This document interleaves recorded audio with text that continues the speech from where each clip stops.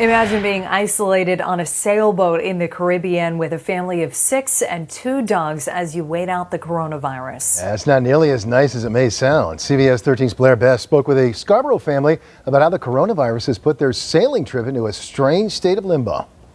The Ferry family had big plans, sailing along the East Coast and stopping at islands along the way. But once the coronavirus hit and the islands started to close, they've had to anchor in the Caribbean and wait until it's safe to make their way back to Maine.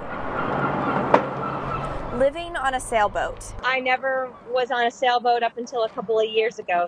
Was never something the Ferry family thought they'd be doing, especially during a global pandemic. It definitely adds a complicated challenge to an already challenging lifestyle.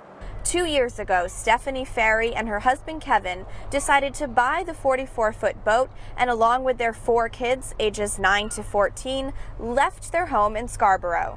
We wanted to just live a little bit more simply. Now with the coronavirus, they're left waiting on their boat in the U.S. Virgin Islands and rely on locals to bring them food, propane for their stove, and fuel for their dinghy.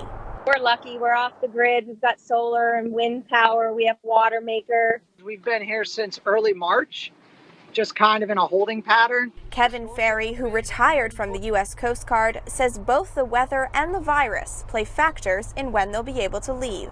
So we basically were staying on our boat 24/7, except for swimming and exploring via our small dinghy.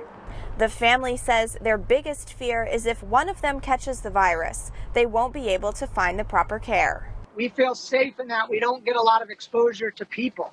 Because of the coronavirus, the Ferry family had to change their plans, and they've hired an additional crew member to help them with the long, non-stop sail, and will hopefully be making their way back to the U.S. mid-May. Blair Best, CBS 13 News.